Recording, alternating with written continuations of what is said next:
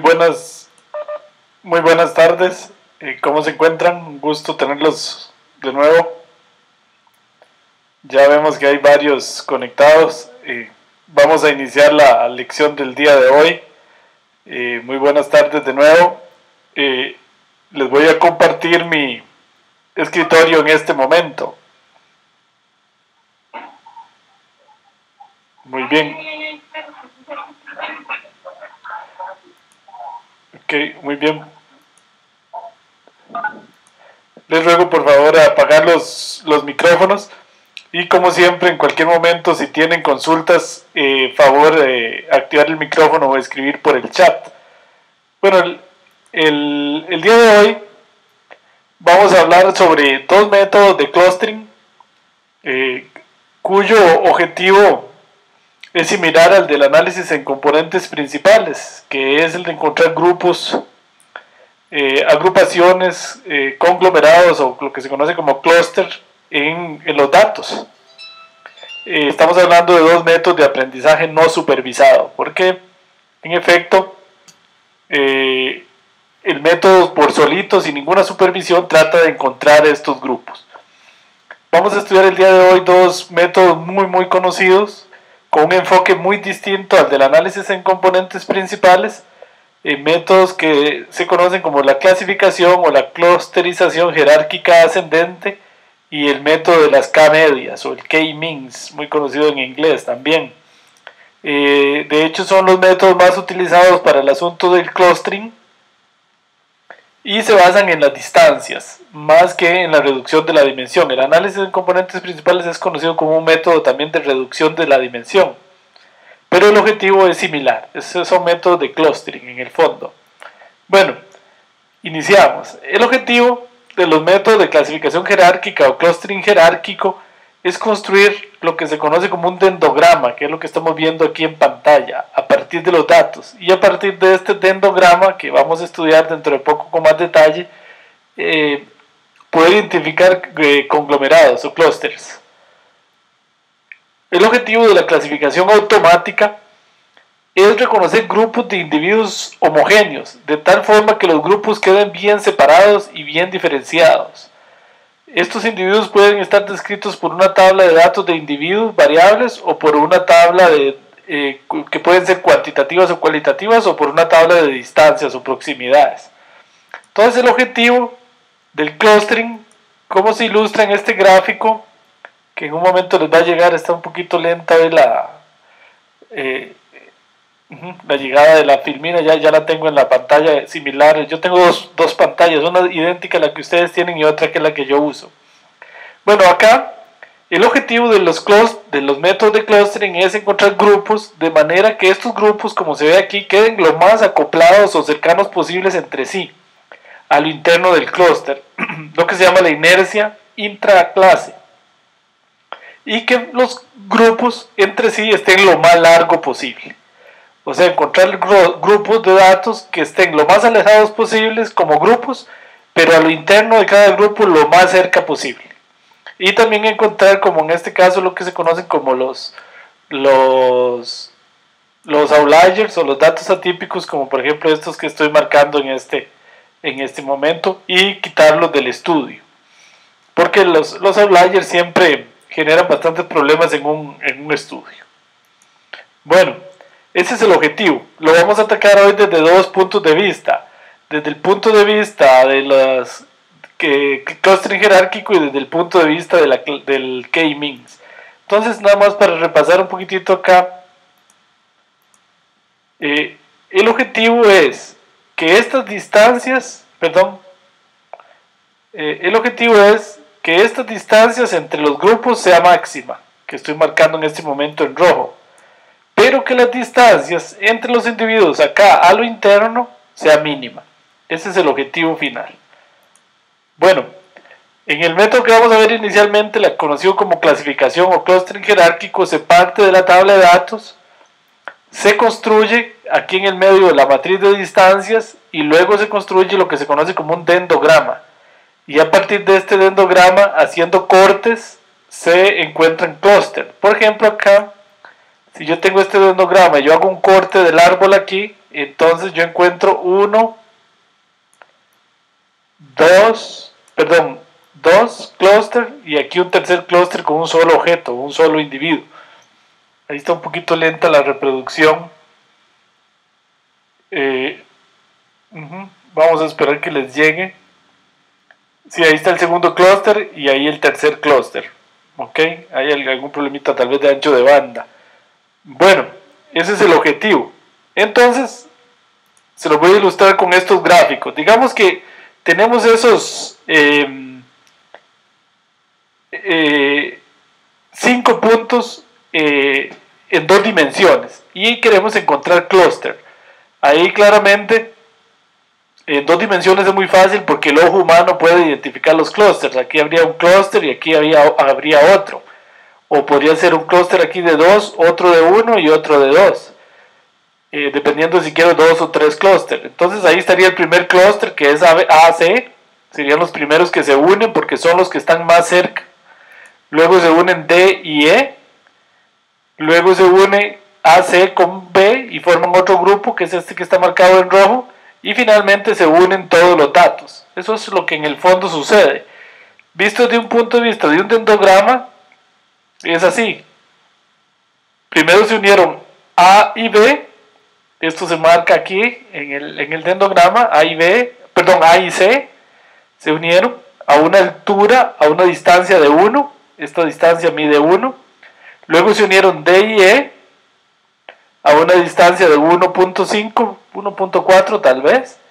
Luego se unieron B con AC a una distancia de 2. Y finalmente se une todo el grupo.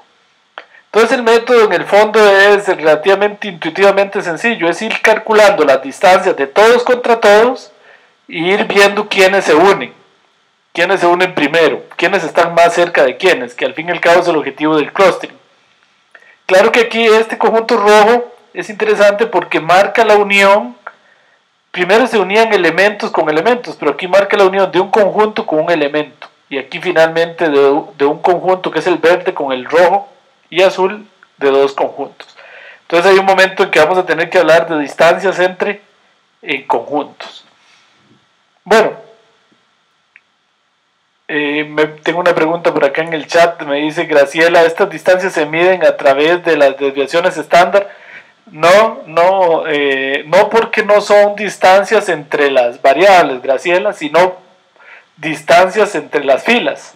Esa pregunta es muy interesante. Las distancias yo las calculo acá entre las filas, que son los individuos. Y entonces ahí no se pueden calcular desviaciones estándar. Las desviaciones estándar se podrían calcular entre las columnas. Muy buena pregunta. La clusterización en general se hace sobre las filas, no sobre las variables. Estoy buscando conjuntos de individuos entre valga la redundancia, entre los individuos. Aunque Graciela tiene razón en que también, pero es más extraño y no es lo que vamos a estudiar en este curso, se hace sobre las variables, en cuyo caso tendría sentido usar la desviación estándar o la correlación, por ejemplo, que se pueden ver como índices de distancias. Pero en este caso no, en este caso estamos midiendo distancias entre filas. Y la distancia que usualmente se usa es la distancia euclidiana, que ahora vamos a ver más en detalle. Ok, ¿sí le queda claro, Graciela? Bueno, un ejemplo que hemos venido trabajando en el curso, que es este de las notas escolares. Entonces vamos a hacer clustering sobre este conjunto de datos en donde tengo individuos, personas y sus calificaciones en matemáticas, ciencias, español, historia y educación física. Bueno, el primer problema es precisamente el que preguntaba Graciela ahora. ¿Cómo vamos a medir la distancia entre los individuos? ¿Qué es una distancia? Una fórmula de distancia. Una fórmula de distancia matemáticamente es una función que toma 2 individuos y le asigna un número entre 0 y más infinito, que tiene la propiedad de que la distancia de x a y es igual a la distancia de y a x, lo que se conoce como la simetría. Es decir, que si yo tengo un punto acá y otro punto acá, la distancia lógicamente de x, digamos que este es x y este es y, entonces la distancia de x a y, no me quedó muy recta, pero es una recta, en el sentido euclidio, es igual que la distancia de y a x. Esta es la propiedad de simetría. y la distancia entre dos individuos siempre es un número positivo. Esas son las características que debe cumplir una fórmula matemática para hacer una distancia. La más común y más usada es la distancia euclidia, que es simplemente entre dos puntos trazar con un metro. Esa es la distancia. Pero no siempre se puede usar distancia euclidia. Ven que, por ejemplo, hay una distancia muy famosa que se llama la distancia de Manhattan o el City Block. Si yo voy de este punto a este punto y estoy en una ciudad como Nueva York o en la isla de Manhattan, yo no puedo ir en línea recta. Yo tengo que ir haciendo las cuadras. Entonces digamos que esta puede ser una manera de llegar al otro punto. Entonces vean que no es exactamente la distancia euclidia. La distancia habría que medirla de otra manera. Dependiendo del tipo de datos, por ejemplo, si son datos tipo texto, datos cualitativos, podría ser que las fórmulas de distancia sean otras. Cuando los datos son cuantitativos, la mayoría de las veces se usa la distancia euclidiana, que es como medir con el metro, ¿verdad? En línea recta, así. Bueno, entonces en el ejemplo de notas escolares, el método de la clasificación jerárquica, lo que uno hace es calcular las distancias de todos contra todos. Vean que estoy hablando de todos, estoy hablando de las filas. Vean que aquí tengo a Inés, a Lucía, Pedro, Inés, hasta María, y aquí también. Es decir, es un análisis que se hace sobre las filas, no sobre las columnas. Entonces calculo las distancias de todos contra todos. Eso es lo que se conoce, lo que están viendo en pantalla como la matriz de distancias. Y luego busco en esa matriz quiénes son los primeros que se unen, que en este caso, por ejemplo, aquí está el mínimo. Entonces los primeros que se unen son José y Carlos. Luego aquí está el segundo más pequeño. Entonces se unen Carlos, José y Ana, más bien. Y aquí Carlos con Andrés. Y así sucesivamente voy buscando y los voy uniendo. Y voy formando el denograma. Ya les explico eso con más detalle.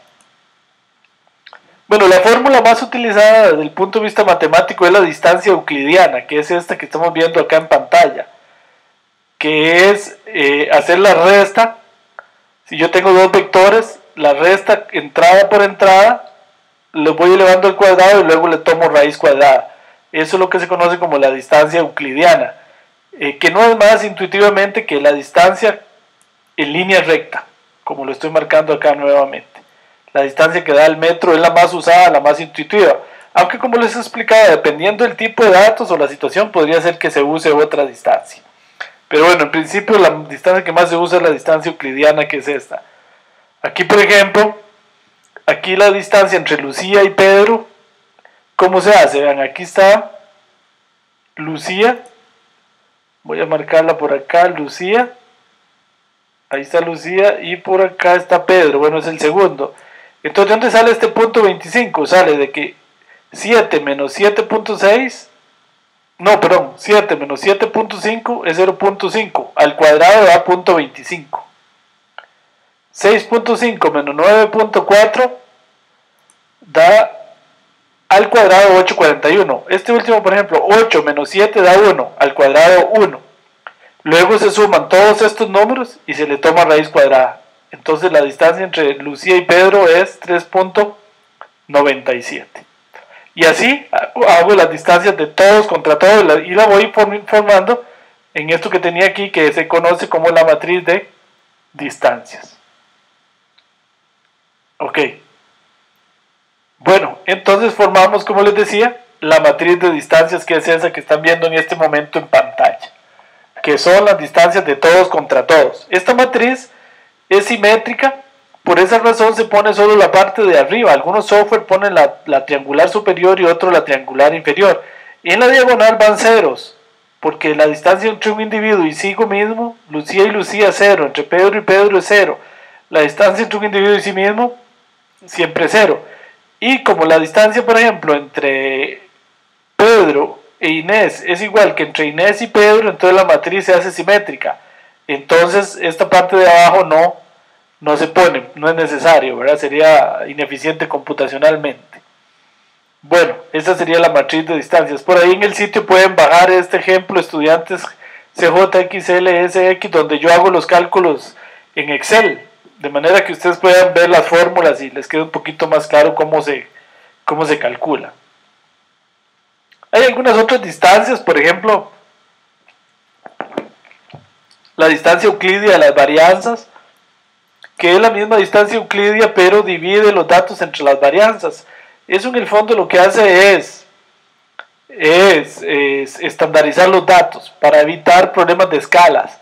Es importante en la clasificación jerárquica estandarizar los datos, que es entrar y reducir la tabla, que significa restarle a cada dato la media de la columna correspondiente y dividir entre la desviación estándar de la columna correspondiente, o usar la distancia de las varianzas. Eso evita los efectos de escala. Los efectos de escala son muy nocivos en los estudios de clasificación, de clustering. Imagínense que yo tengo una columna, digamos, esta columna medida en centímetros, y después tengo otra columna medida en kilómetros. Entonces eso puede dar al traste con el estudio, porque yo calculo, aquí hago sumas y restas de cosas que no están en la misma unidad de medida. Entonces hay dos posibilidades: poner todo en las mismas escalas, que a veces se hace, o estandarizar la tabla. O tercera posibilidad, usar la distancia de las varianzas. Ahora vamos a ver que en el software, casi todos los software hacen automáticamente ese paso. Ok, muy bien. Bueno, entonces, ¿cómo se construye el árbol? Que se conoce como el árbol o el dendograma. A partir de esta tabla de datos, que es la tabla de los estudiantes, surge este dendograma, que me identifica claramente tres clústeres. Si yo hago el corte aquí del árbol, entonces me identifica 1, 2, 3 clústeres. Bueno, entonces vamos a ver cómo se hace eso. Les voy a explicar con este ejemplo, que es un ejemplo muy didáctico. Bueno, muy bien. Entonces, como les decía, dada la matriz de datos, que es esta que estamos viendo aquí, el primer paso consiste en calcular las distancias de todos contra todos. No se ha refrescado la pantalla de ustedes. Vamos a ver, tenemos un problemita como de ancho de banda. Ahí está. Entonces calculo la matriz de distancias de todos contra todos y luego procedo a encontrar el mínimo. Aquí el mínimo es entre José y Ana y se unen a una distancia de 0.56. Entonces el dendograma lo primero que hace es unir, como estamos viendo aquí abajo, a Ana y José a una altura de 0.56. Entonces ya encontré la primera pareja. Luego busco la segunda pareja, que en este caso son, como se ve aquí, Carlos y Andrés, a una altura de 0.65. Entonces uno a Carlos y a Andrés, a una altura de 0.65. Y así sigo. Luego busco los terceros más pequeños, que sería Inés y Pedro, a 1.34. Ahí se unen. Luego siguen María y Lucía a una altura de 1.39. Luego Sonia y Luis a 1.89. Y en este momento tengo un asunto interesante. Ya se unieron todos los individuos individualmente, valga la redundancia, y ahora tengo que empezar a unir parejas con parejas. Entonces aquí entra un asunto que voy a entrar a explicar, y es que tengo que calcular distancias entre grupos, no distancias entre individuos, o sea, distancias entre conjuntos. ¿Ok? Que es lo que se llama en matemáticas como un índice de agregación. Entonces, un índice de agregación, les voy a explicar qué es. Un índice de agregación es lo mismo que una distancia, nada más que mide la distancia entre partes de y partes de y, ¿ven? O sea, entre conjuntos, entre dos conjuntos. Es igual, es un número que siempre es positivo entre 0 y más infinito, pero que calcula la distancia entre conjuntos y cumple las mismas propiedades básicamente. Las distancias de un conjunto, así mismo, aquí X es un conjunto, entre X y X es 0. Y también se cumple la propiedad de simetría, que la agregación entre X y Y es igual a la agregación de Y y X. Entonces esas son las mismas tres propiedades. Básicamente lo mismo que una disimilitud o una distancia, pero para conjuntos. Entonces acá se usan muchas distancias. La más usada es la que se conoce como la agregación de War, que hace lo siguiente: es una distancia entre los centros. lo que hace es esto, la agregación de Ward. Digamos que estos son los clústeres que están viendo en pantalla. Entonces calcula el centro de gravedad de cada clúster, de cada grupo, y calcula la distancia entre esos centros. ¿Okay?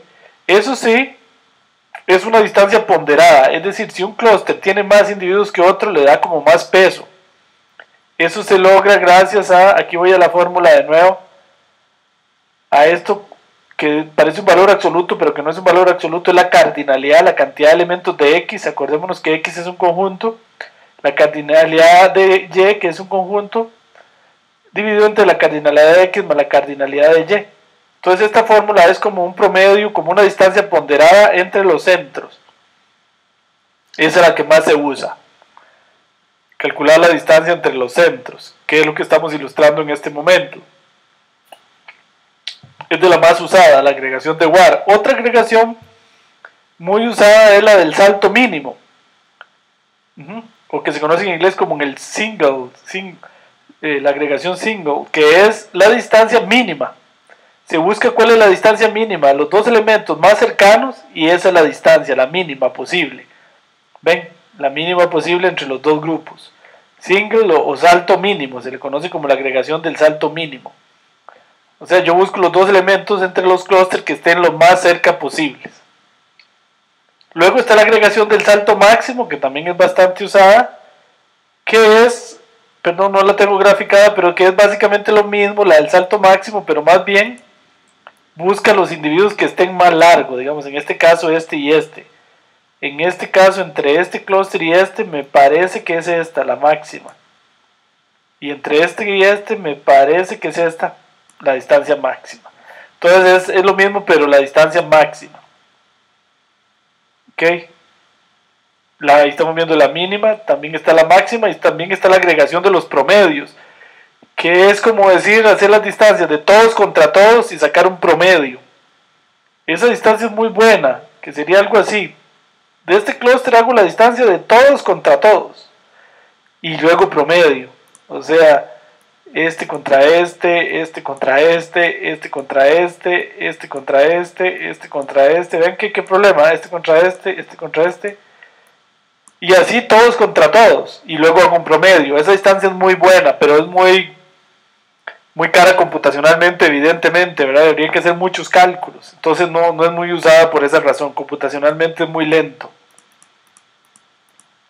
Bueno, entonces si tienen alguna pregunta hasta ahí, con mucho gusto.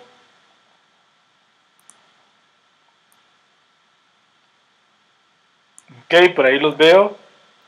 Bueno, entonces ahora sí, sigo con el problema que estábamos.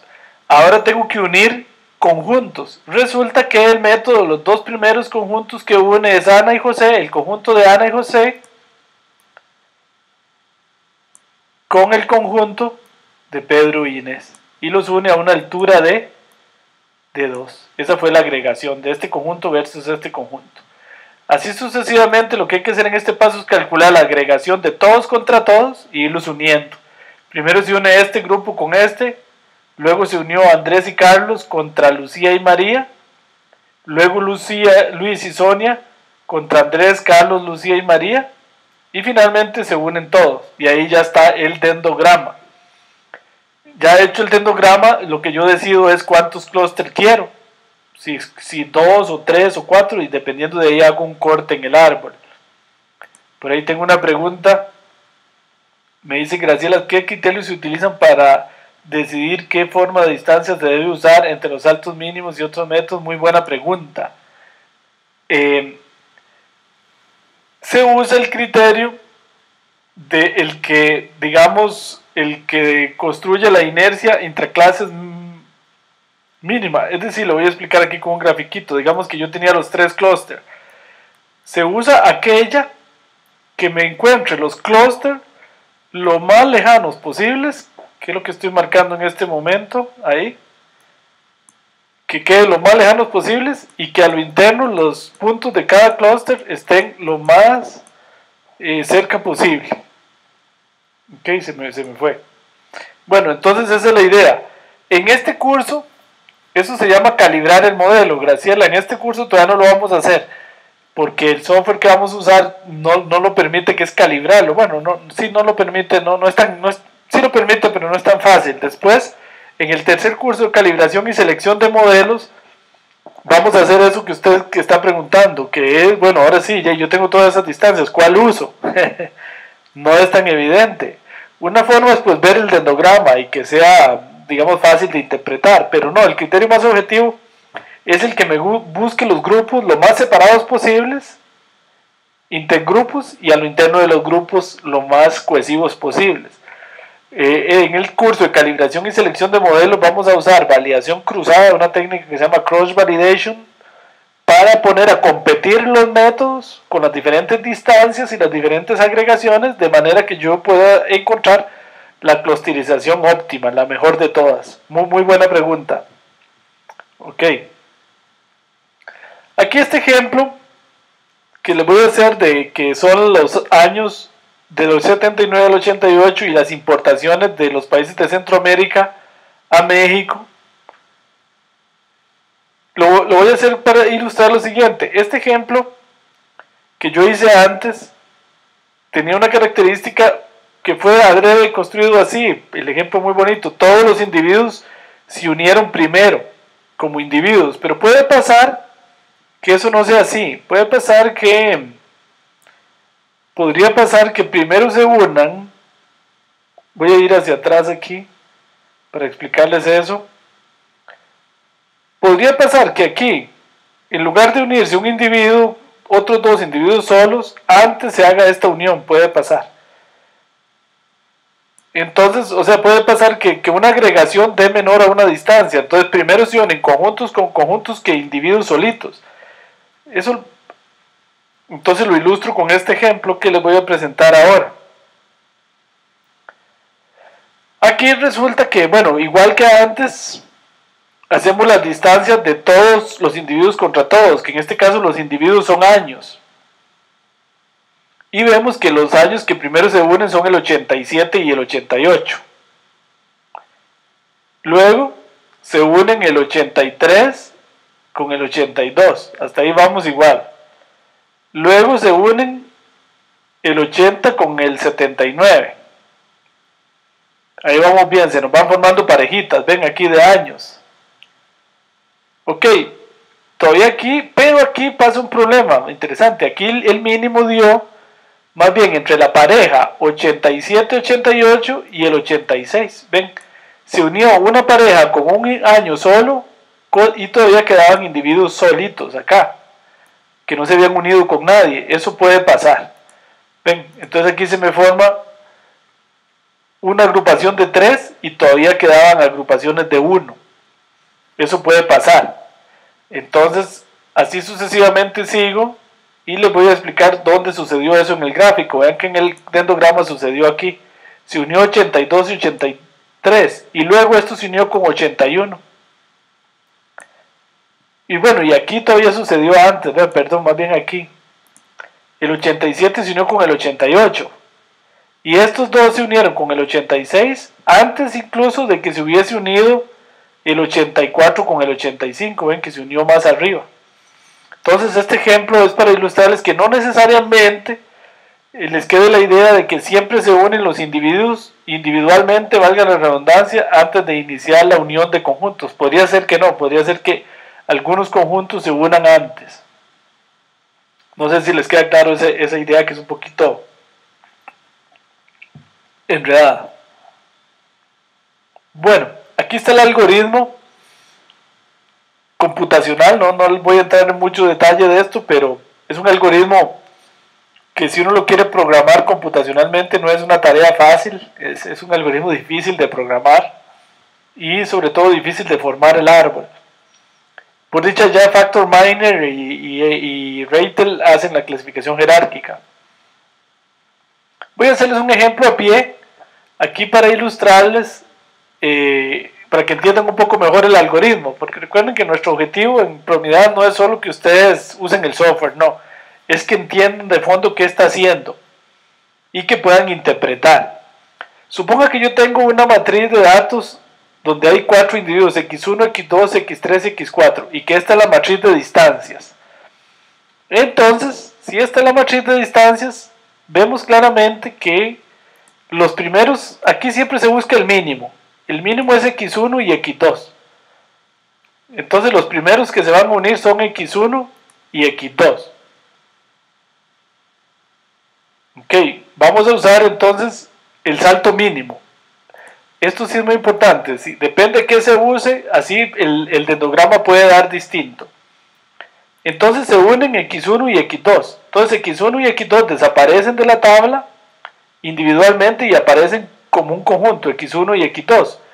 ¿Cómo calculo yo la distancia, la nueva distancia de este conjunto x1, x2 con x3 y x4? Como voy a usar el salto mínimo, simplemente es, observen que de x1 con x3 fue 3 y de x2 con x3 fue 2. Entonces yo agarro el mínimo, tomo el mínimo de estos dos valores que es 2. ¿Cómo calculo la distancia del conjunto x1, x2 con x4? Observen que de x1 con x5 con x4 fue 5, 5 y de x2 con x4 fue 4, 5. Entonces tomo el mínimo de estos dos y ese mínimo es 4.5. Este 2.5 queda igual aquí y aquí. ¿Por qué? Porque esa es la distancia entre x4 y x3 que no ha entrado a jugar todavía. Ok, muy bien. Ahora de nuevo, en esta matriz tengo que escoger el mínimo a ver quiénes se unen en el siguiente paso. El mínimo está en este 2. Entonces en el siguiente paso se va a unir el conjunto x1, x2 con x3. De hecho aquí está x1, x2 fueron los primeros que se unieron. Luego x1, x2 con x3. Y finalmente, lógicamente todo se une ya con x4 que era el único que faltaba y me queda aquí un 2.5. ¿Por qué un 2.5? Porque la distancia entre x1, x2 versus x3 era 5, 5 y la distancia de x3 versus x4 era 2.5. Entonces yo tomo el mínimo. El mínimo es 2.5. ¿Ok? Entonces este es el dendrograma. Ok, muy bien. Ahora le voy a hacer otro ejemplo un poquito más complicado. Y es que pasa si hacemos lo mismo, pero ya no con el salto mínimo, sino con el salto máximo. Ojo esta explicación. Voy a usar el máximo ahora, no el mínimo.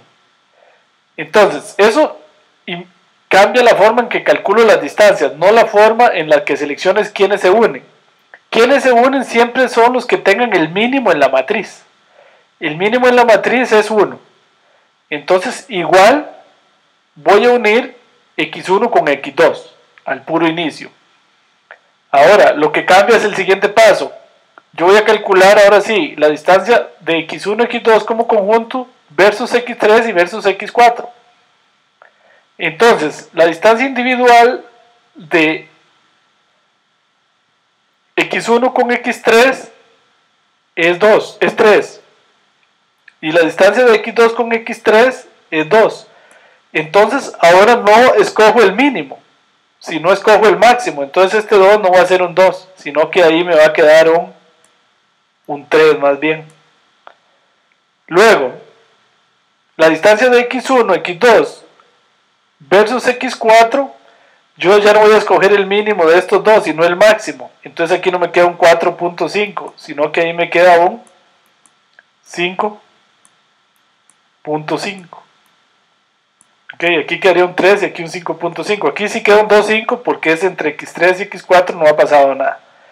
Entonces vean que usando el salto máximo, perdón, lo que me queda aquí es 3 y 5.5. ¿Ven? Y aquí el 2.5. Luego agarro el máximo y queda 5.5. Ven que el siguiente tiro ya la cosa cambia, porque el mínimo, luego de que se han unido acá, ¿dónde está el mínimo? El mínimo está aquí. Entonces en el siguiente paso se unen x3 con x4. Entonces cambió la conformación del árbol. Ven que por eso el árbol nos da un poquito distinto, ¿lo ven? Da distinto. Ok. Luego hay otro ejemplo aquí usando el salto promedio, que es lo mismo. Yo voy escogiendo el mínimo. Por ejemplo aquí inicialmente busco el mínimo. Pero para encontrar este número, yo no hago el mínimo ni el máximo de estos dos números, sino que hago el promedio, que sería 2.5. Entonces aquí me queda un 2.5. Igual aquí, en lugar de este 4.5, yo hago el promedio de estos dos. Entonces aquí me quedaría un 5. ¿Ok? Eso es todo, ¿verdad? Entonces, por eso es que en este caso, aquí me queda un 5.5, ¿ven? En el salto promedio. Perdón, un 2.5 y un 5, ¿ven? Y luego igual el promedio 4.16, ya de todo esto, y me queda el árbol un poquito distinto. Perdón, ahí ya lo refrescó. Okay, esto es para que ustedes se ayuden, se ilustren un poquito de cómo es que internamente funciona. Ok, muy bien. Si tienen alguna pregunta hasta ahí, con mucho gusto.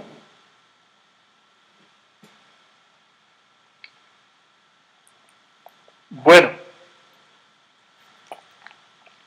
he explicado cómo funciona el método. Vamos a ver este ejemplo.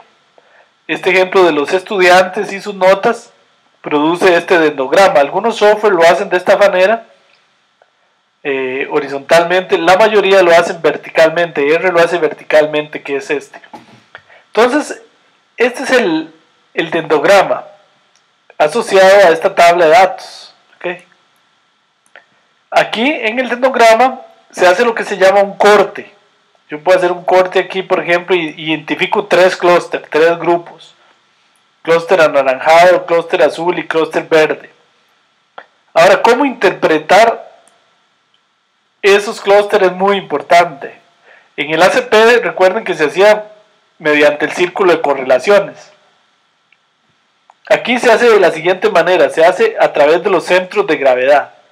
¿Qué es un centro de gravedad? Un centro de gravedad es, por ejemplo, acá tenemos tres clústeres, el formado por los anaranjados, que serían Pedro, Inés, Ana y José, que serían estos, los azules, Luis y Sonia, y los verdes, Lucía, Andrés, Carlos y María. Entonces, el centro de gravedad simplemente es un vector de promedios. Por ejemplo, hagamos este que es más fácil. Aquí lo tengo hecho en Excel.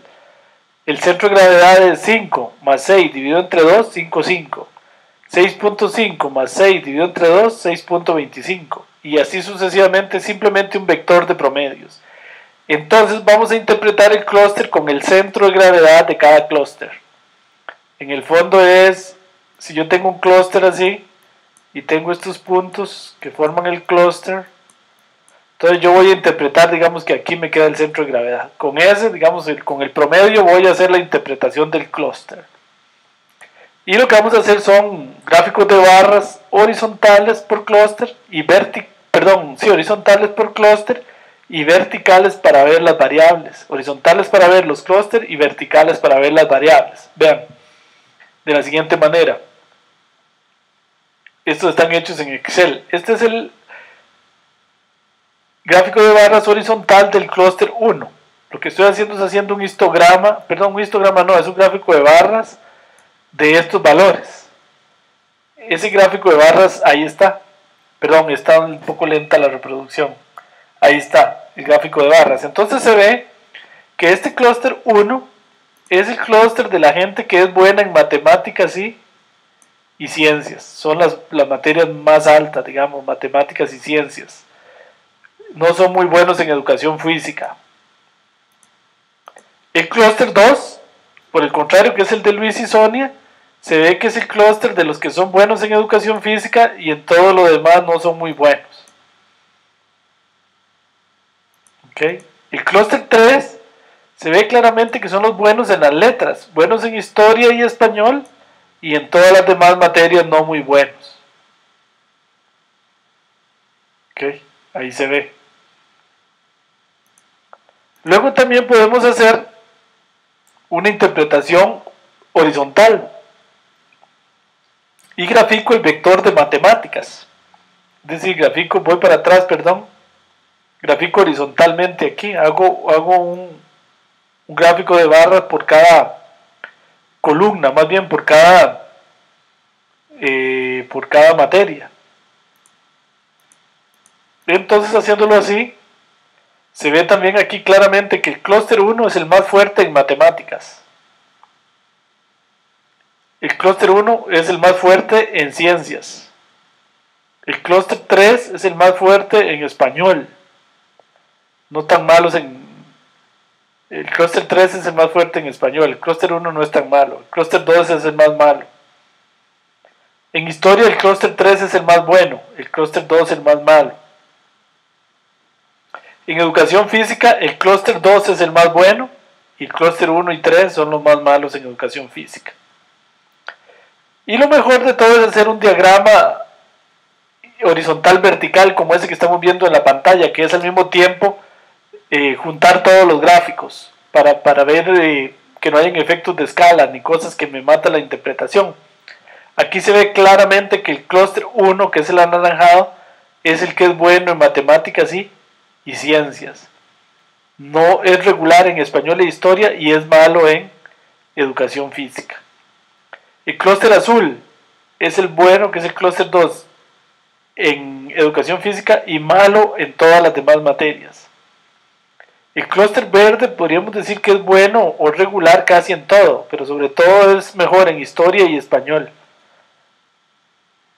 Y en lo demás es regular, no es tan malo en lo demás, ¿verdad? Ese podríamos interpretar el clúster 3, el clúster verde. Muy bien, si tienen alguna pregunta.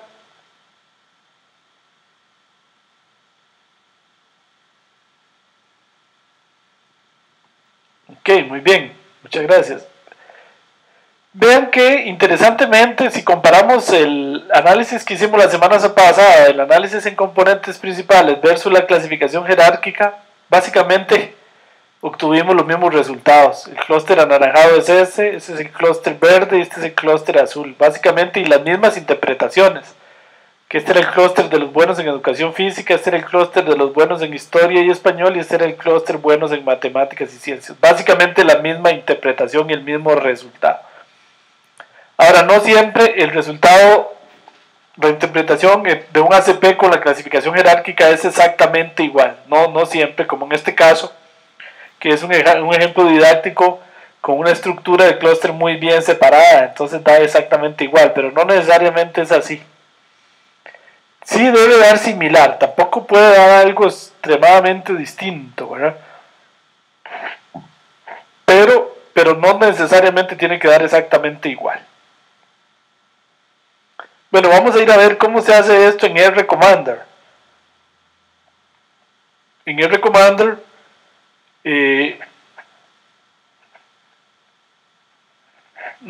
me pregunta Graciela que cómo determina uno qué usar, si ACP o clasificación jerárquica. Muy buena pregunta.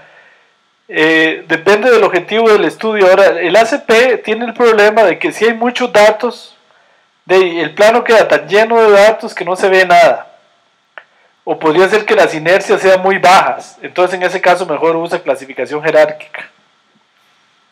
Y vamos a ver ahorita más adelante que cuando la cantidad de datos es muy grande, ni ACP ni clasificación jerárquica se puede usar porque no es computacionalmente viable.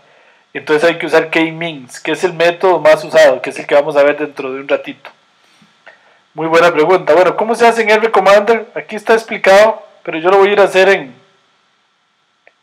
en directo. Vamos a cargar el RCommander.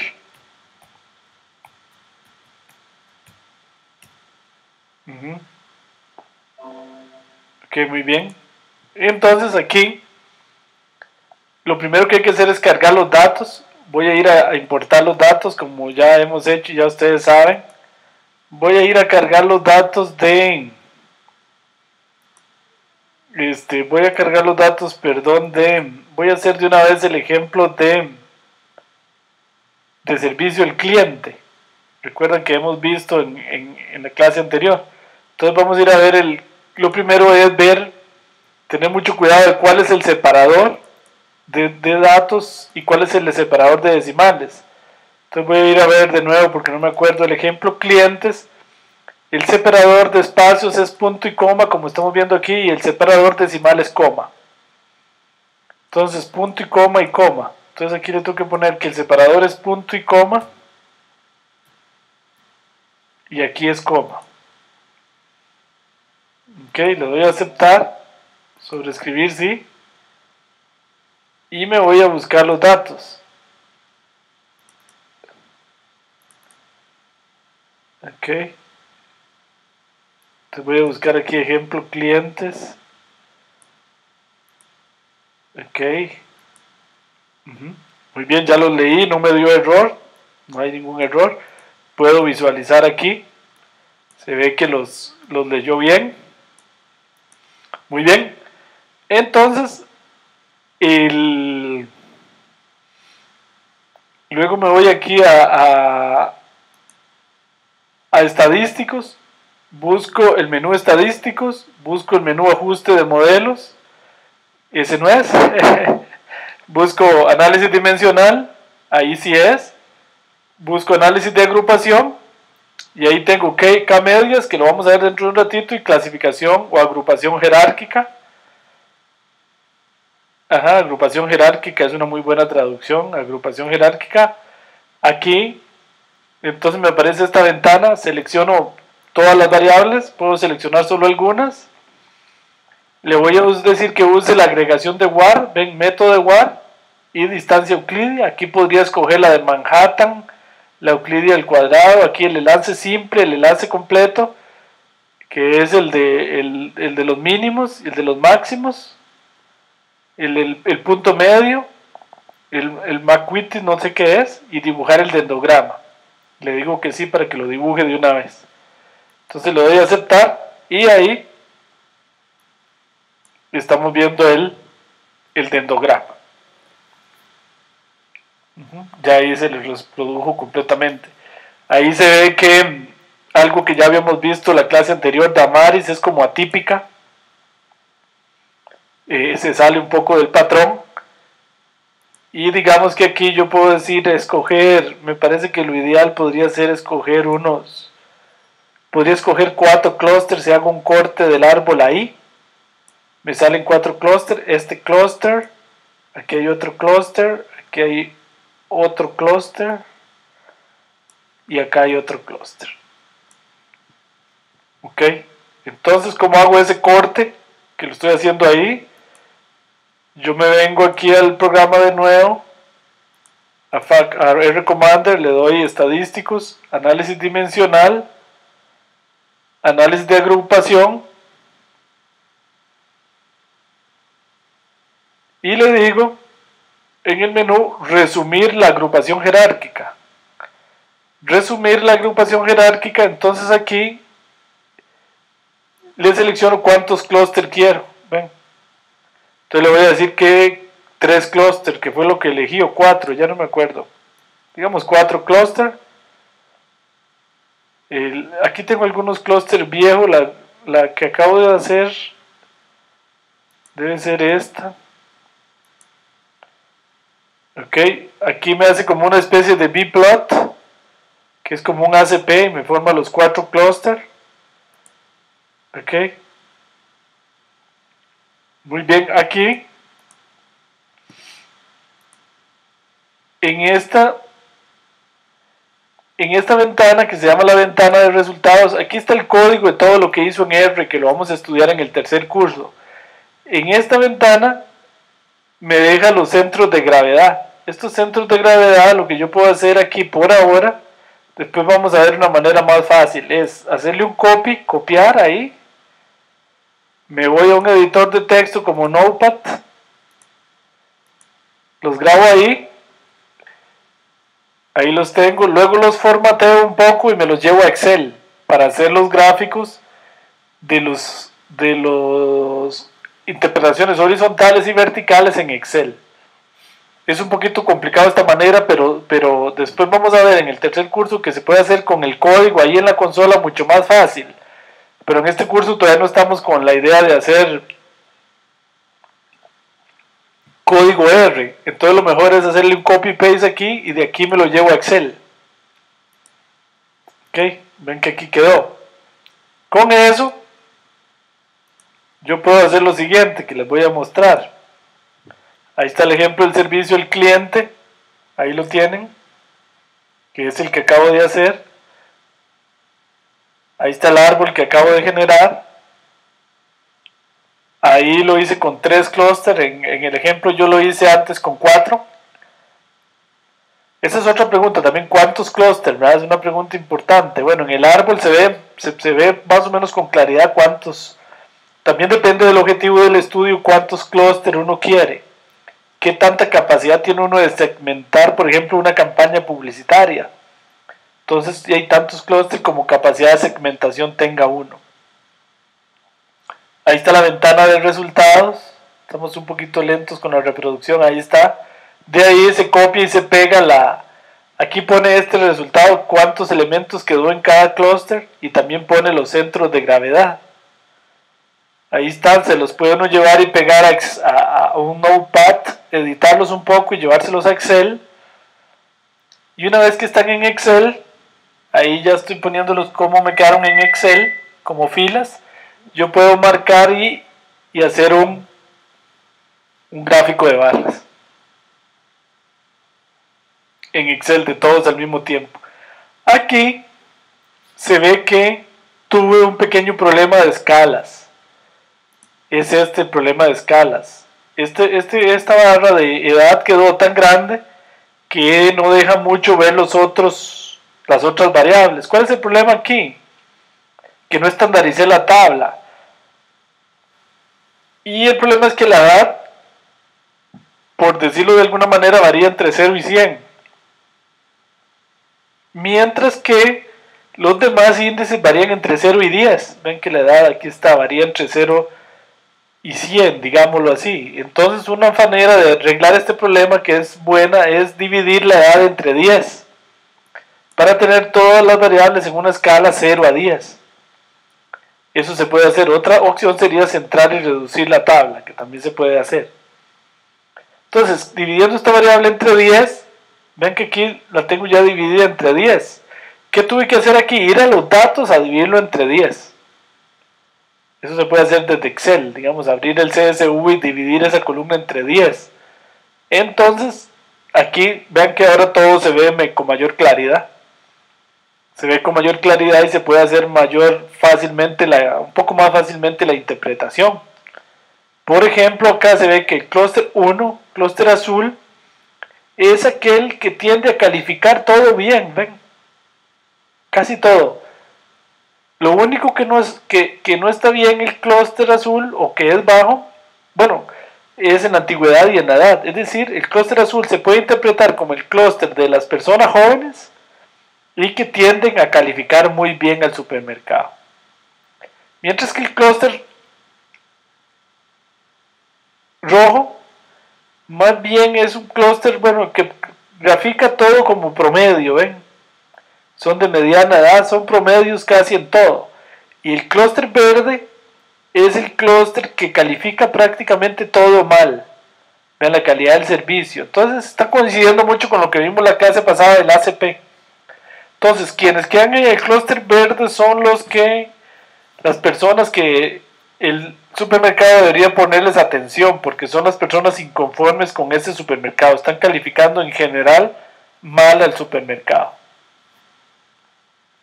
Es más o menos el resultado que había dado el ACP.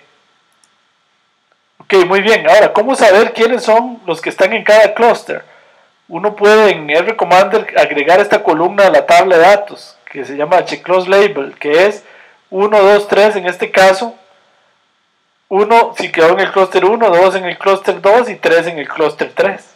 ¿Cómo se agrega eso? Vamos a irlo a ver a R directamente.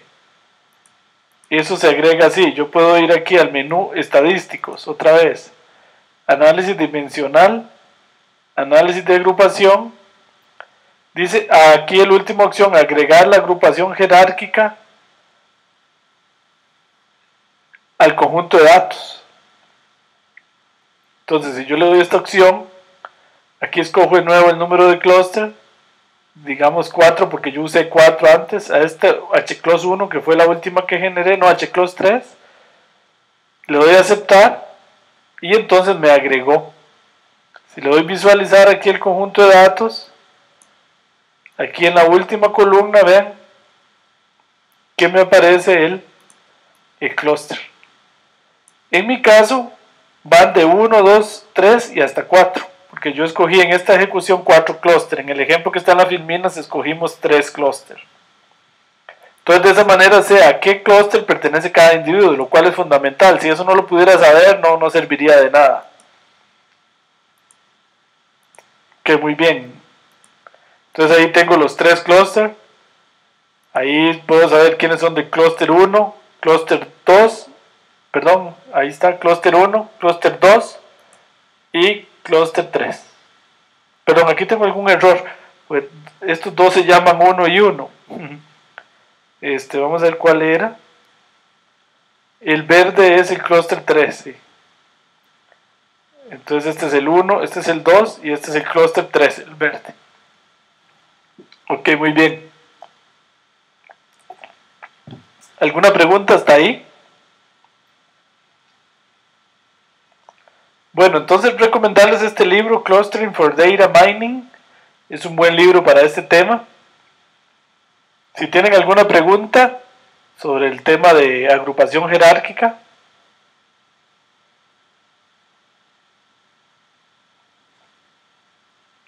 Ok, muy bien. Si no, entonces vamos a continuar con la segunda parte del día de hoy, que es el método de K-mins o K-medias. Resulta que el método de las K-medias, en la práctica, y antes lo preguntaban cuál método se usa, este es el que más se usa. No necesariamente porque dé el mejor resultado posible. El mejor resultado posible casi siempre lo da el método que acabamos de ver, que es el de agrupación jerárquica. Sin embargo, el problema de la agrupación jerárquica es que computacionalmente es muy caro porque hay que calcular las distancias de todos contra todos constantemente, y eso podría ser no viable si uno tiene millones de datos, ¿verdad? Realmente una agrupación jerárquica es viable hacerla hasta unos 5.000, 6.000 filas. Ya con más de eso se hace difícil, dependiendo de la computadora, claro está. Entonces el método de K-mins o K-medias es otro método que tiene la ventaja de ser mucho más rápido. Sin embargo, tiene varias desventajas. Las desventajas que tiene es que, o son más bien que, la primera es que este K hay que dárselo a priori. El método de K-medias, el K significa el número de clusters, el número de grupos. Ese número de grupos hay que dárselo a priori, lo cual es difícil porque a priori a veces uno no sabe cuántos clústeres hay, ¿verdad? Ese es uno de los problemas. Otro de los problemas también que tiene serios el método de K-mins es que el algoritmo empieza con datos al azar, busca como los centros o los clústeres al azar. Entonces uno corre K-mins una vez o dos veces y no necesariamente da lo mismo. Entonces eso es un problema. Podría ser que uno corre el método un tiro y no está ante una solución muy buena. En el cuarto curso vamos a ver que uno puede, mediante una forma que se llama las formas fuertes, garantizar un poquito más que está ante un clúster bueno. Ok, pero eso lo vamos a ver hasta en el cuarto curso. Entonces esos son los dos grandes problemas del K-mins. Ok, bueno, entonces el objetivo del K-mins es el mismo de antes, que es el que vamos a ver en pantalla en unos segundos. El objetivo es el mismo, es obtener clases lo más homogéneas posibles y que estén lo más separadas posibles, es decir, lo más homogéneas a lo interno y lo más separadas entre sí. Es el mismo objetivo, y sacar los outliers. Es decir, visto en este gráfico con mayor claridad, lograr que algo que se llama matemáticamente la inercia intraclases, que es como una desviación estándar aquí vectorial entre estos individuos, sea mínima, que los individuos de los grupos estén lo más cerca posibles, y la inercia interclases, o sea la distancia entre los grupos, sea máxima, que estas distancias acá entre grupos sea lo más grande posible. Ese es el objetivo del K-mins, igual que de cualquier método de clasificación de clustering. Bueno, la idea, pónganle atención a esta filmina que se explica aquí. El K-mins inicia con clúster al azar. De ahí que no todos los tiros da igual. Entonces, por ejemplo, aquí digamos que yo tengo estos datos. Entonces yo inicio con dos clústeres al azar. Entonces al azar genera que este es un clúster y este es otro clúster. Así empieza el método. Luego calcula los centros de gravedad y reasigna los individuos al centro de gravedad más cercano. Por ejemplo, observen que este individuo, está más cerca de este punto, por lo tanto lo cambia. Este está más cerca de este otro centro, entonces lo cambia. Y en el siguiente paso del algoritmo los clústeres me quedan un poquito distintos, ya se me van acomodando mejor. Aquí tengo un clúster y aquí otro. Ok, y así sigue sucesivamente, por eso este método se llama de reasignación centraje. Él reasigna los clústeres y vuelve a calcular el centro, y lo reasigna al centro más cercano. Así, hasta un número máximo de iteraciones, o hasta que los puntos de un paso al otro ya no cambien mucho de clúster. Entonces esto tiene la desventaja de que como depende del azar no siempre da igual. Y tiene la otra desventaja de que hay que darle a priori cuántos clústeres. Pero tiene la gran ventaja de que vean que, por ejemplo, en este caso se calcula la distancia solo contra dos centros. En lugar de calcular la distancia de todos contra todos, calcula la distancia de todos contra dos, nada más. Entonces, si yo tengo n datos, lo que tengo que hacer es calcular 2 por n distancias. Mientras que si hago el método de clasificación jerárquica, tengo que calcular n a la n datos, n a la n distancias. Evidentemente son mucho más distancias. Entonces, por ejemplo, aquí, si yo a priori digo que quiero 4 clústeres, k igual 4, entonces yo calculo 4 por n distancias, si n, donde n es el número de datos, en lugar de calcular n a la n, que podría ser, imagínense que si son 1000 distancias, aquí calculo 4000, y aquí calculo 4000 a la 4000, que ni siquiera creo que exista un computador que pueda almacenar ese número. Entonces, definitivamente este método es computacionalmente mucho más viable cuando hay muchísimos datos. ¿Okay? Entonces el K-Means en la práctica, cuando hay grandes cantidades, Big Data, cuando hay volúmenes de datos grandes, se usa el K-Means, con los dos defectos que les expliqué anteriormente. Pero de ahí, ni modo, porque en la práctica de ahí, si se tienen ya varios miles o cientos de miles de datos, hay que aplicar este método. Bueno, formalizando un poco el asunto, matemáticamente, el centro de gravedad se define, el centro de gravedad total, como el promedio de todos los individuos de un clúster. Este es el centro de un clúster. Si yo tengo un clúster, aquí están los puntos, entonces este GK es el centro de gravedad de este clúster, el punto del puro centro. Este G es el centro de gravedad total, es decir, el centro de gravedad de todos los puntos. Ok, aquí está ilustrado. ¿Ven? Por ejemplo, en el ejemplo de los estudiantes, tengo el centro de este anaranjadito, es el centro de gravedad de los anaranjados. El azul, el centro de gravedad de Luis y Sonia, el clúster azul. Y el verde, el centro de gravedad de los verdes. Y este es el centro de gravedad total, que es, ¿cómo se calcula el centro de gravedad total? Es el promedio, nada más que es un promedio vectorial. Este es 6.79, es 7 más 7.5 más 7.6 más 5 más 6 más 7.8 más 6.3 más 7.9 más 6 más 6.8 dividido entre 10, que son la cantidad de individuos, y así sucesivamente. Entonces este es el centro de gravedad total, que es el promedio de todos, y estos son los centros de gravedad, pero por clúster, que serían los GK son centros de gravedad por clúster, y este es el centro de gravedad total. La inercia es un concepto interesante. La inercia es una generalización de la desviación estándar, de la varianza, perdón. Es el promedio de distancias de todos los individuos al centro de gravedad. Si aquí están todos los individuos y aquí está el centro de gravedad, entonces es el promedio de las distancias al centro de gravedad. que es la misma idea de la varianza, que es el promedio de las distancias a la media, nada más que en este caso estamos hablando de vectores, no de números. Eso se le conoce como la inercia.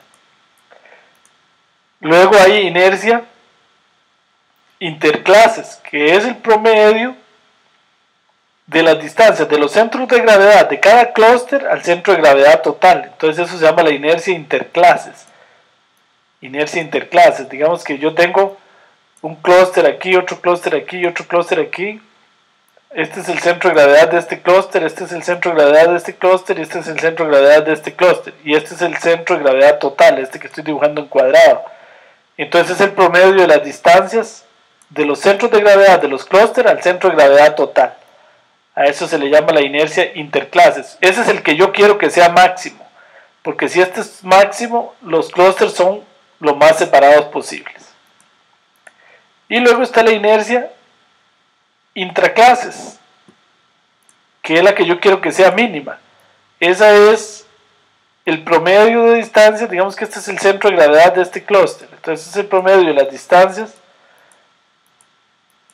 de los individuos aquí a este centro de gravedad. Este es el que yo quiero que sea mínimo. El teorema de Fisher, que es una fórmula matemática muy útil, dice que la inercia total es igual a la inercia interclases más la inercia intraclases. ¿Por qué es importante el teorema de Fisher? Es importante desde el punto de vista computacional, porque recuerden que yo quiero que este sea mínimo y que este sea máximo, es lo que pretende el K-Means. Ahora, como estos dos sumados dan un número que es una constante, digamos que si esto vale 50, tenemos la ventaja de que cuando este se maximiza, automáticamente este se minimiza. Entonces eso reduce los cálculos a la mitad. Basta que el algoritmo computacional maximice la inercia interclases para que la inercia intraclases automáticamente se minimice. O viceversa, si este se minimiza, automáticamente esta se maximiza. Entonces, como quien dice, se logran los dos objetivos al mismo tiempo. Esa es la gran importancia del teorema de Fisher. Si tienen alguna pregunta o comentario hasta ahí, con mucho gusto.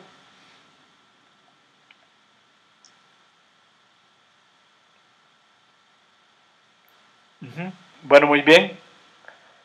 Aquí, por aquellos que quieran mayor detalle y está en el sitio web, en el aula virtual, hay un ejemplo hecho a pie en Excel, donde yo verifico, calculo la inercia intraclases, la inercia interclases y la inercia total, y verificamos que la inercia intraclases más la inercia interclases da la inercia total. Es como verificarlo con un ejemplo. No es que vamos a pedir eso, pero por si aquello que sí está en un ejercicio optativo en la tarea. Entonces, para aquellos que quieran ir un poquito más allá, en el aula virtual está este archivo, por si quieren analizar eso un poquito más a fondo. Está en la tarea, pero en un ejercicio optativo, por aquellos de los que quieran profundizar un poquito más en los métodos. Bueno, entonces tenemos la gran suerte de que cuando BP es máxima, la inercia interclases, automáticamente WP es mínima, la inercia intraclases. Entonces el cálculo del algoritmo se reduce a la mitad. Bueno, muy bien, aquí estamos viendo el algoritmo del método de K-Means. El método de K-Means fue propuesto originalmente por Forky en el año 65, es un método viejo, pero quizás de los más populares en data mining en este momento, cuyo funcionamiento ya les había explicado es lo que se conoce como reasignación centraje. Muy bien. Entonces, el problema del K-Means se ilustra en este gráfico. Aquí el K-Means empieza con 3 grupos al azar, digamos marcados los centros de gravedad por estas X. Él podría ir hasta una solución óptima, que es esta que estamos viendo. Realmente logró la perfección. Encontró los 3 clústeres que realmente habían en los datos. Aquí en 2 dimensiones para poderlos ver.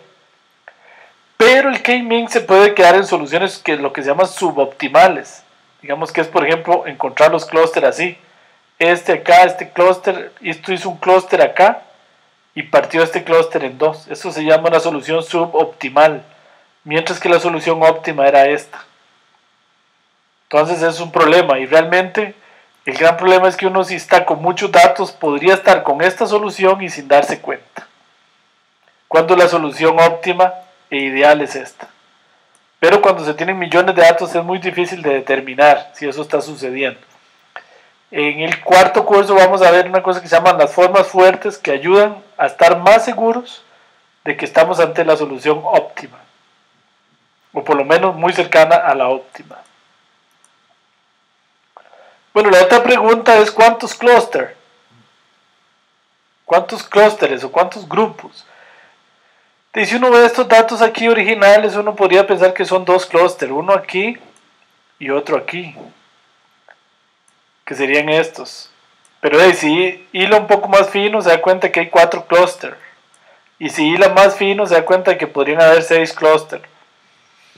¿De qué depende eso? También de los objetivos del estudio, ¿verdad? En K-Means Day, si por ejemplo yo lo que quiero es segmentar mi población para hacer campañas publicitarias diferenciadas, de ahí, digamos, depende del dinero que yo tenga. Si yo puedo hacer 3 campañas distintas, diferenciadas, de ahí, pues busco 3 clústeres, ¿verdad?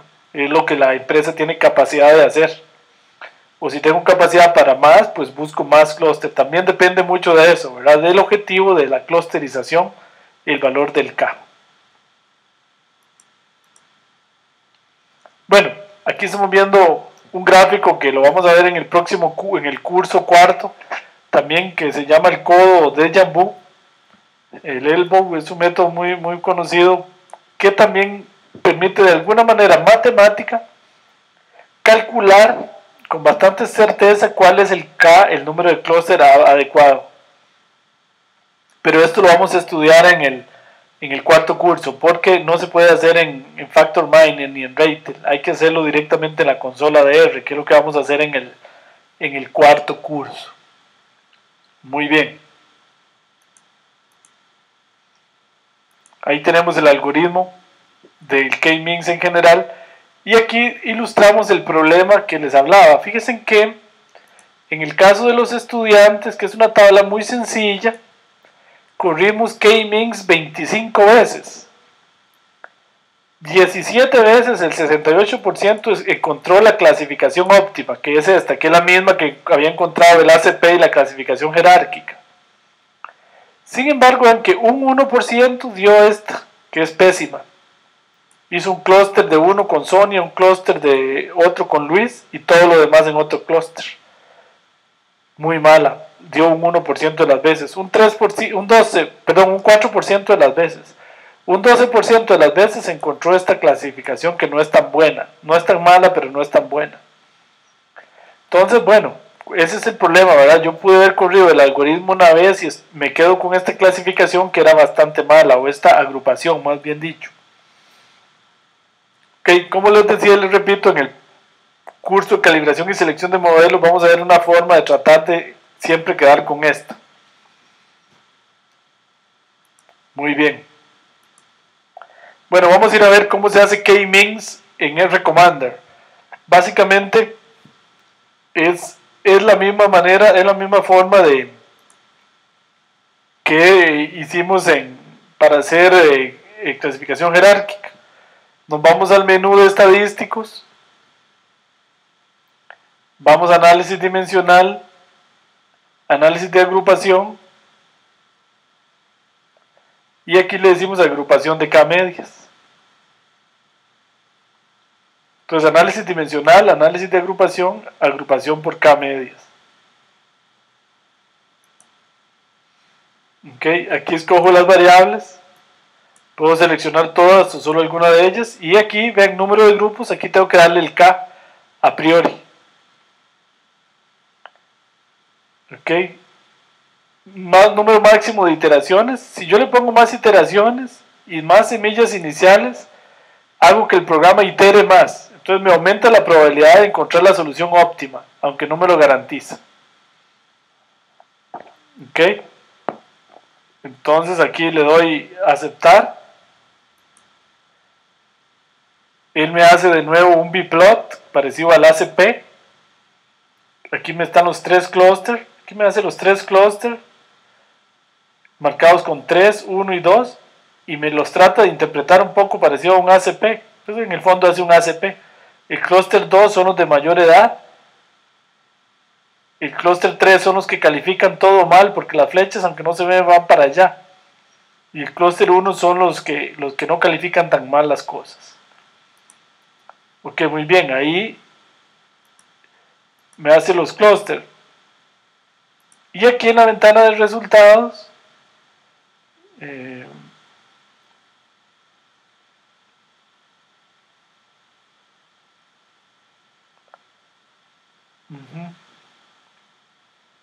están las inercias intraclases e interclases, pero no me está dando los clústeres. Vamos a ver, aquí lo que sí puedo hacer es análisis dimensional, análisis de agrupación.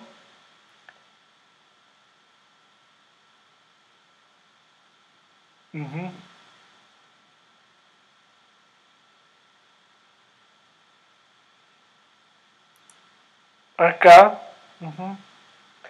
acá lo que tengo que hacer es decirle asignar grupos al conjunto de datos. Dale check aquí para que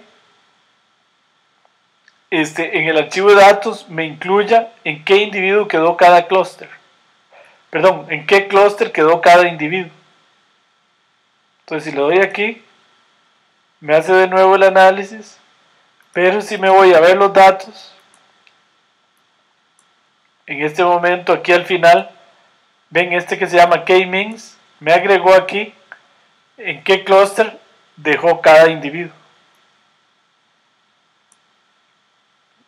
Ok. Aquí tenía, como no me había salido, entonces tengo el de clasificación jerárquica, agrupación jerárquica y el de agrupación K-medias. Aquí los tengo ambos.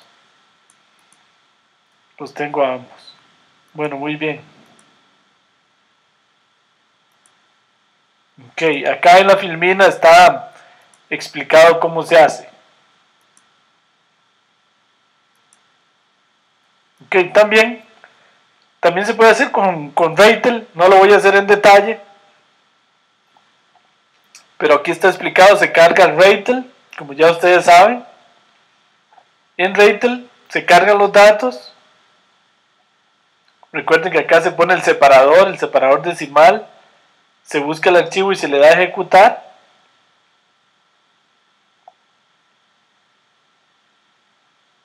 Ok. Se le da a ejecutar. Y luego me voy a ir un menú que se llama Cluster.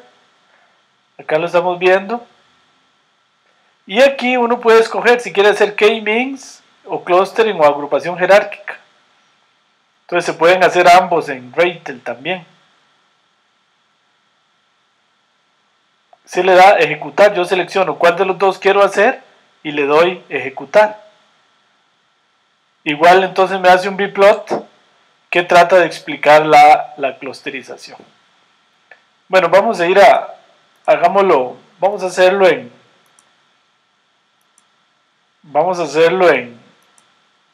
vivo, no importa, para terminar. Ok, vamos a ir a hacerlo aquí para que ustedes vean library. Reitel.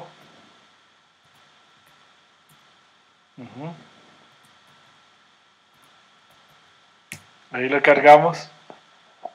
Vamos a repetir vamos a hacerlo, no importa. Entonces voy a ir a cargar los datos.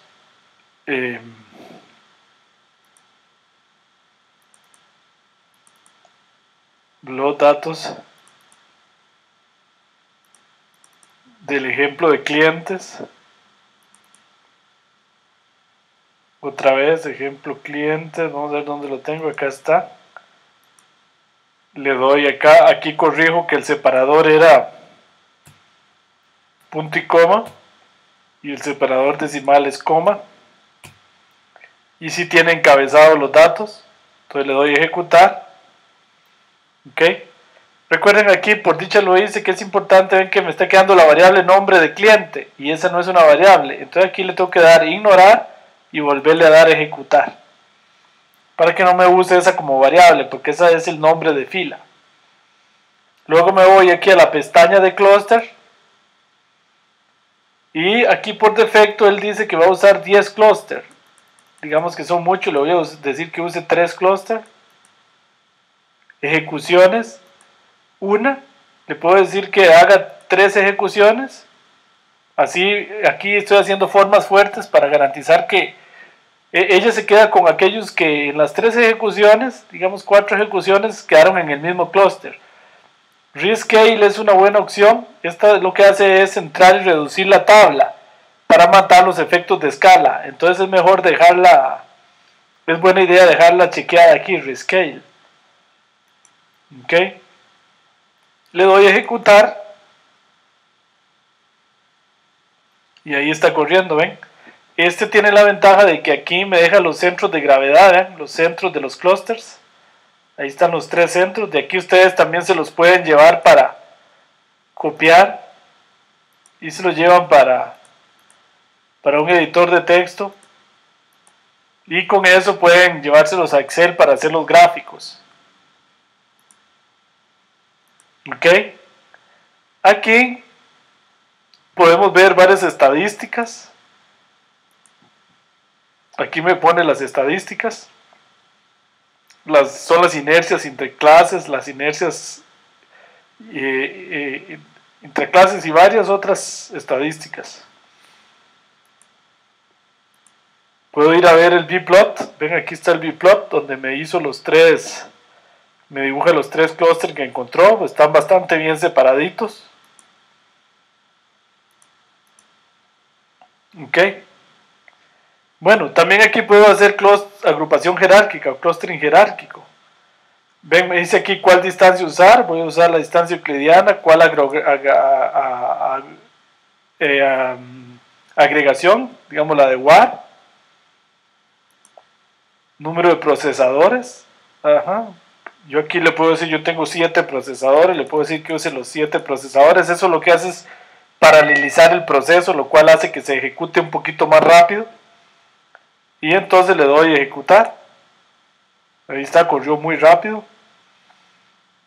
Le puedo ver el dendrograma. Ahí está el dendrograma. Vean que este Rater lo hace en forma horizontal.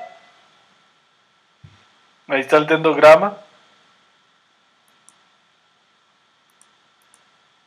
Puedo pedirle que me dé algunas estadísticas.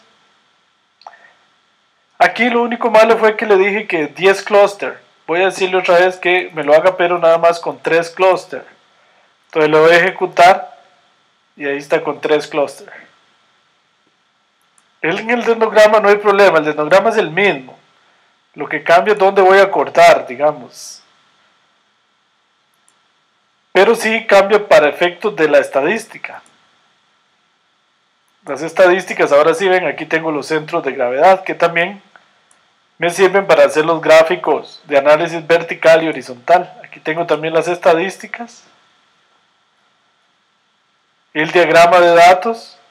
Este diagrama es interesante, es un box plot que lo vamos a estudiar bastante más en el cuarto curso. Okay. Que es ver como variables 2 a 2, cómo hace los clústeres 2 a 2. Aquí, por ejemplo, dibuja los clústeres. Ven, esta es la variable, por ejemplo, espacio parqueos versus antigüedad sería este. Entonces aquí se ven en colores los clústeres. Entonces uno puede tratar de encontrar aquí qué variables separan mejor los clústeres y cuáles no tanto. Por ejemplo, acá estas se ven muy mal. Estas se ven bastante bien. Separan los verdes, los negros y los rojos un poquitito. Eso sería usando distribución de productos versus variedad de productos. Hace como cruces 2 a 2 y hace gráficos. Ven ven qué bien separa este. Este sería los negros, los rojos y los verdes. ¿Qué variables los separan bastante bien? Edad contra espacio de parqueos. Logran como una buena separación. Es como para tratar de averiguar cuáles variables son las que contribuyen a una mejor separación de los clústeres y cuáles no. Ok, ven que Rater me da bastante información, bastante bonita. y el diagrama discriminante, que es el B-plot. No les ha llegado a ustedes. Perdón, creo que iba hablando adelante de lo que se iba reproduciendo. Ahí está el B-plot. Muy bien. Ok. Bueno, muy bien. Ahí ya los dejo con bastante material. No sé si tienen alguna pregunta. Ya había cerrado acá. Ok. Si tienen alguna pregunta o comentario.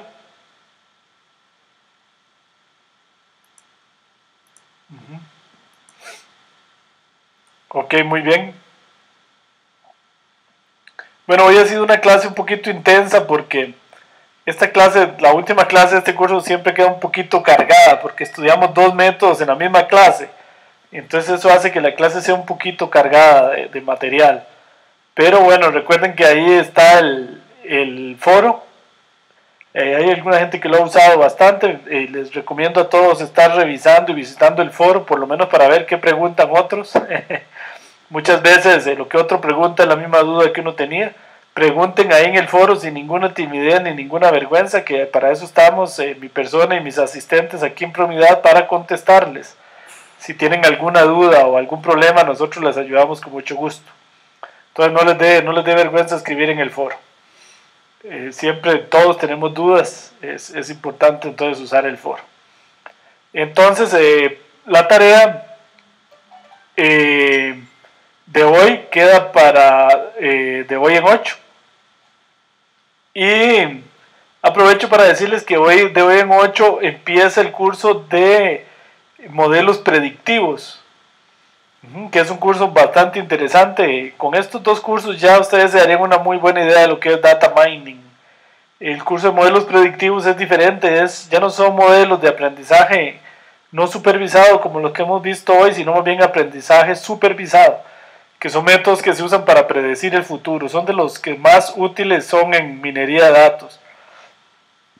Vamos a estudiar redes neuronales, máquinas vectoriales de soporte,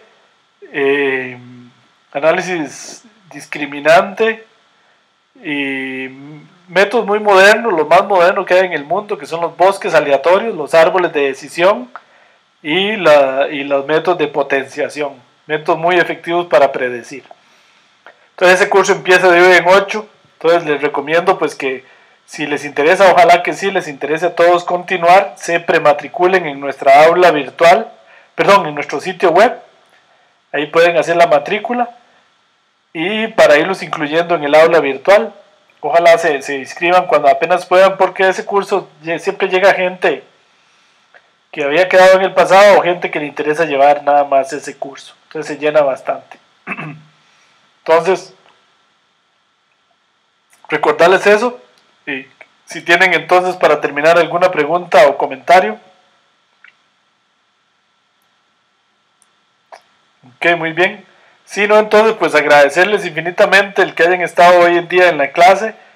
Han sido bastante los temas que hemos estudiado hoy.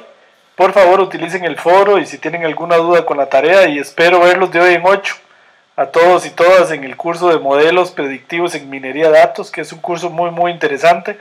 En ese curso usamos básicamente RATL, es el paquete que vamos a usar. Todos esos métodos los ejecutamos a través de RATL, que es un programa bastante completo, bastante bonito, como ya ustedes han podido verificar.